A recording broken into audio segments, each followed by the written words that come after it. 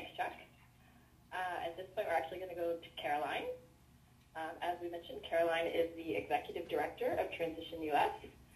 And of course, Transition is an international movement, but we have Transition US serves as a hub and support network for the many, many initiatives here in this country.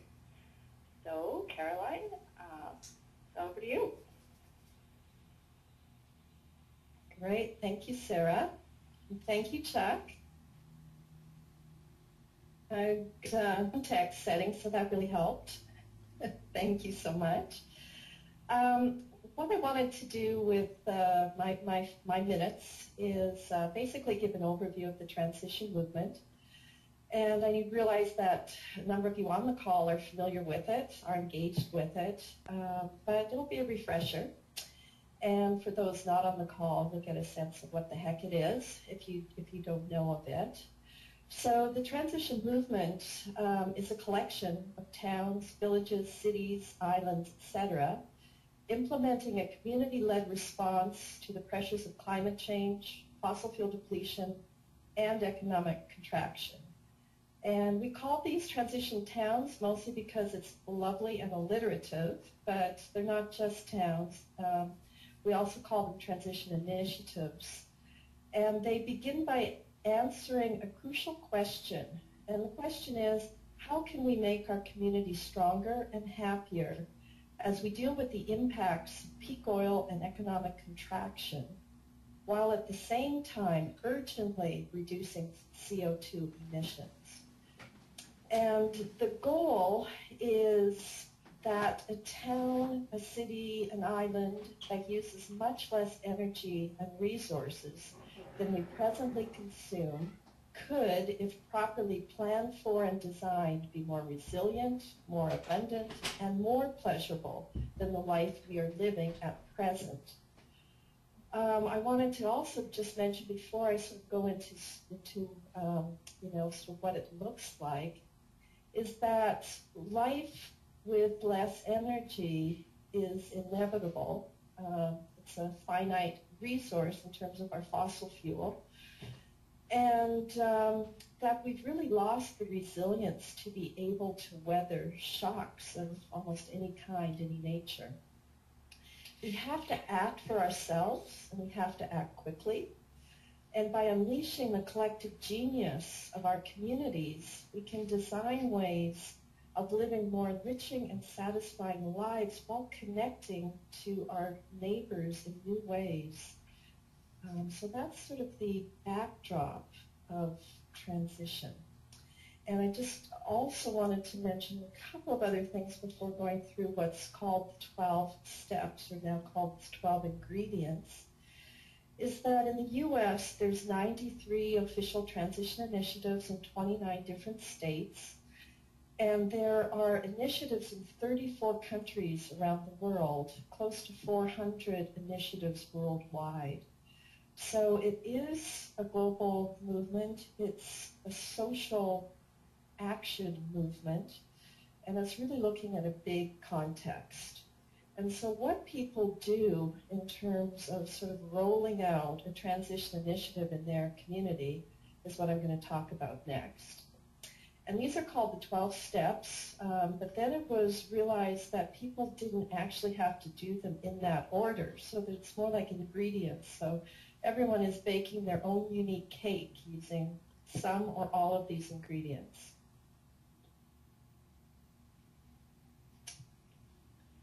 The first step is to set up an initiating group and design its evolution, meaning that developing leadership along the way, so that with or without the people that started it, this is a movement that will get deeper as time goes on. Some of the things that people engage in are awareness-raising activities. So basically, what is this about peak oil? And what are the assets that we have in our community? Or how about let's dig up the lawn in Denver in front of City Hall, as one of those pictures indicates, and plant a garden and have everyone ask us why this is so important at this time.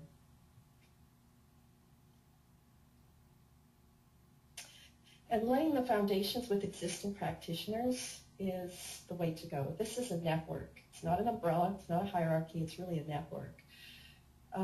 In most places, there's remarkable things happening already on the ground. So how does that all link together to make a more resilient place?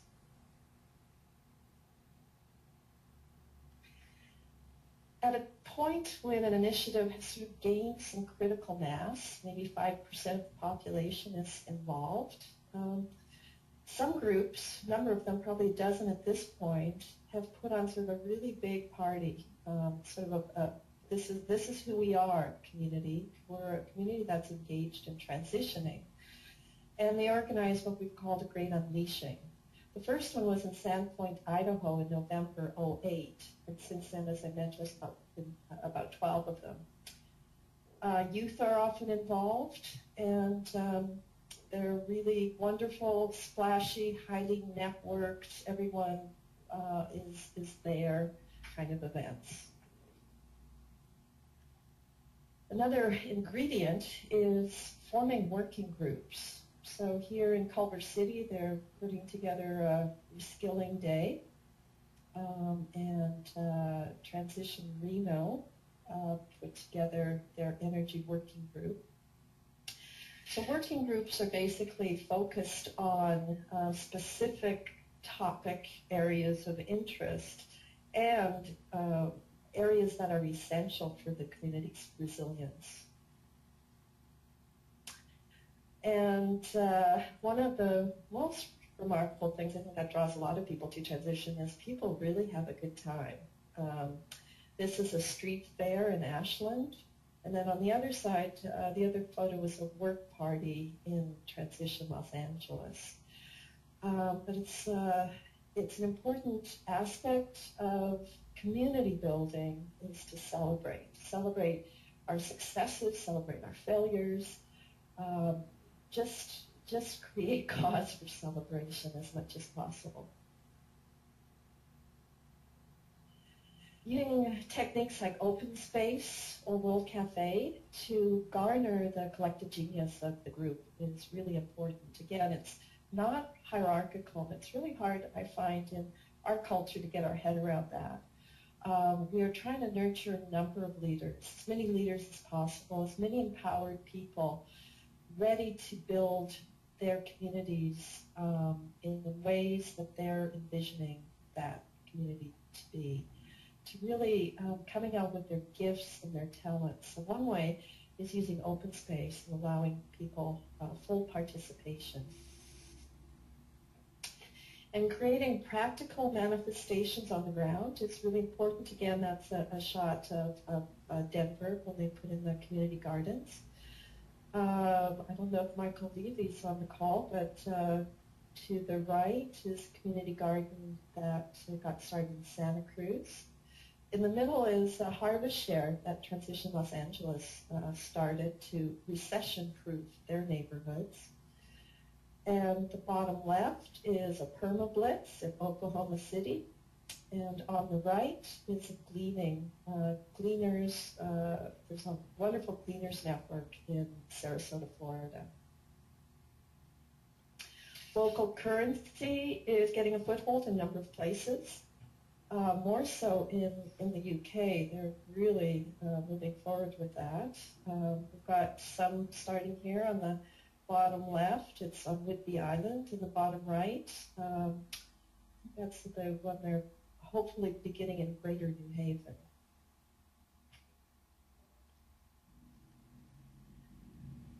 And just a quote, which I actually can't see because of my screen, but you never change things by fighting the existing reality. To change things, you build a new model that makes the existing model obsolete. So this is really focused on rebuilding our community fabric, sort of while other things might be falling apart. We're actually really building a vibrant, resilient, networked, connected, local community. And we're one of the least skilled generations to live on planet Earth, at least us in Western culture. we lost a number of skills. So one of the things that a number of groups do is they facilitate a great reskilling of their population. And here we have on the top right, building a chicken coop in Culver City. Bottom right is building tiny homes in Houston. To the bottom left is a solar cookout that they had in Seattle. In the middle, teaching knitting.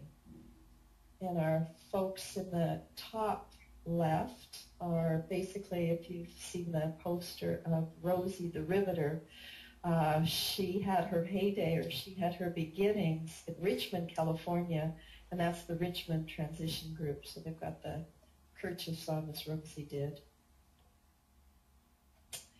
Building a bridge to local government is another step to take. I've got Prince Charles in the top right. He did a tour of some transition towns in Wales.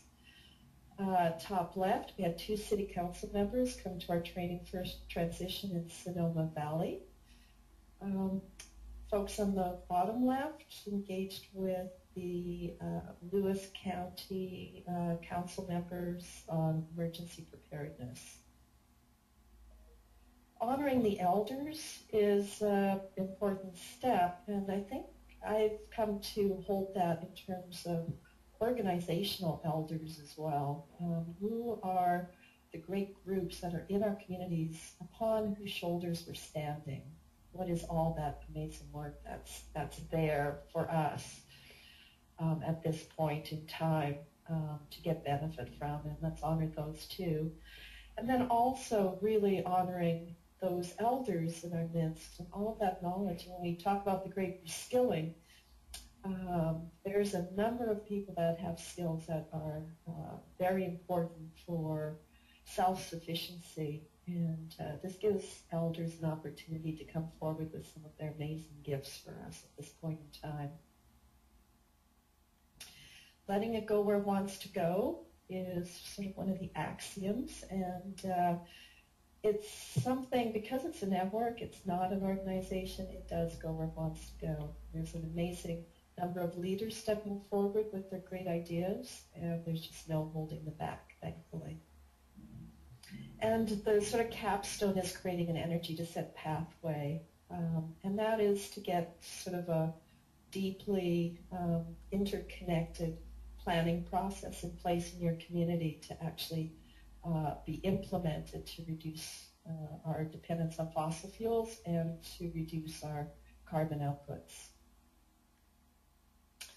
And then what's happening in the UK at this time is sort of a great reshuffling of those ingredients. And there's a new book coming out that's called The Transition Companion. It'll be out in October.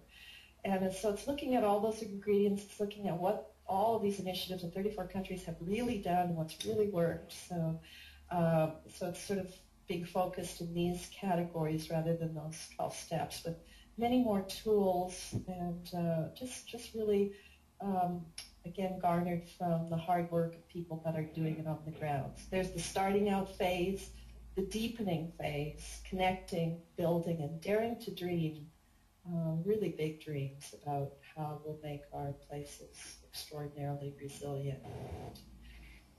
Will it work? Well, one of the things is the cheerful disclaimer, which is another one of those things that have really drawn people to this movement, because we don't know. It's a social experiment on a very grand scale. It's an experiment that's needed. And what we are convinced of is that if we wait for governments, it will be too little, too late. If we act as individuals, it will be too little. But if we act as communities, it might just be enough, just in time. And that is it for me. Here's our website, transitionwest.org, and the Transition Network site, and Transition Culture, which is the founder's blog. And speaking of the founder, we have a wonderful conversation with him scheduled for Monday, July 18th. And it's free of charge. If any of you would like to join in on that, please go to our website, transitionwest.org, and register. So back to you, Sarah. Thank you so much.